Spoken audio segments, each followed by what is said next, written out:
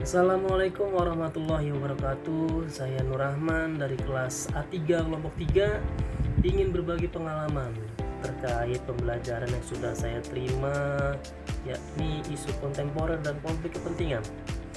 Di sini saya akan berbagi sejauh yang saya pahami. Langsung saja saya mulai. Yang pertama yang saya simak terkait isu kontemporer antara lain. Yang pertama, isu kontemporer memproyeksikan kondisi aktual yang berdampak langsung maupun tidak langsung terhadap kehidupan manusia. Ya, isu kontemporer ini sering dibahas di media, forum publik maupun lingkungan, ya, karena memiliki urgensi yang cukup tinggi nih dan perlu solusi yang efektif gitu.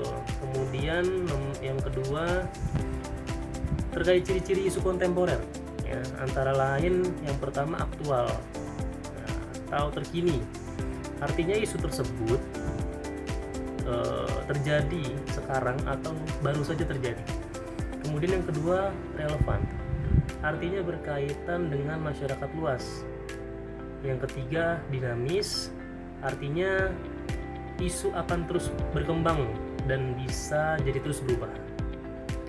Yang keempat, kompleks, artinya isu melibatkan banyak pihak. Ya. Kemudian yang kelima, menjadi atensi publik, artinya seringkali dibahas di ruang publik. Kemudian dari isu kontemporer ini, contoh yang saya ambil berkaitan dengan transformasi digital. Ya. Misalnya penggunaan AI, otomatisasi, dan ini berdampak pada berbagai hal gitu. Kemudian contoh yang saya ambil terkait isu kontemporer di lingkungan kerja saya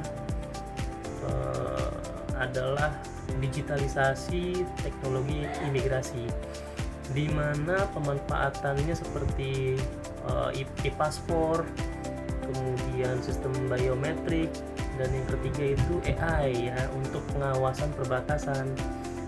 Manfaatnya yakni efisiensi, tetapi juga memunculkan isu privasi dan keamanan data.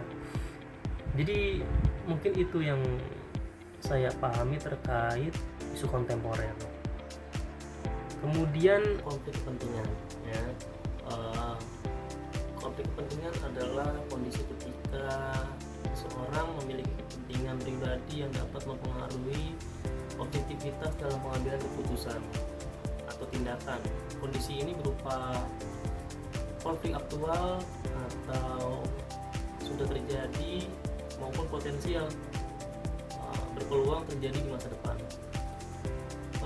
Sumbernya beragam, seperti kepentingan bisnis, hubungan keluarga, hubungan afiliasi, kemudian pekerjaan di luar tugas utama, rangkap jabatan, serta pemanfaatan pengaruh dari jabatan lama.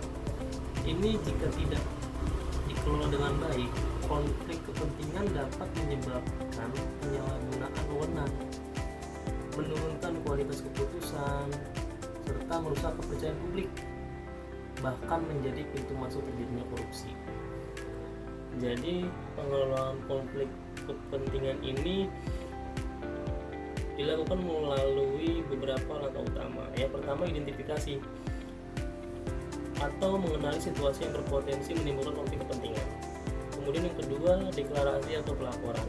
Nah, seseorang wajib melaporkan kondisi konflik kepada atasan meskipun tingkat konfliknya kecil atau belum pasti, ya. Kemudian yang ketiga, penanganan, misalnya dengan mengundurkan diri dari proses pengambilan keputusan, mengalihkan kewenangan, atau pembatasan peran, ya. Yang keempat, pengawasan, dilakukan oleh sistem internal untuk memastikan kepatuhan dan mencegah pelanggaran. Kemudian yang kelima, internalisasi budaya, melalui pelatihan, sosialisasi, konsultasi, dan penciptaan lingkungan kerja yang sadar terhadap konflik kepentingan.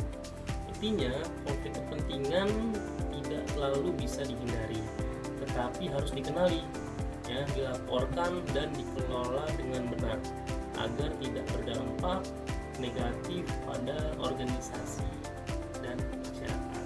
Jadi itu tadi terkait berbagi pengalaman mengenai isu kontemporer dan konflik kepentingan. Terima kasih atas perhatiannya. Wassalamualaikum warahmatullahi wabarakatuh.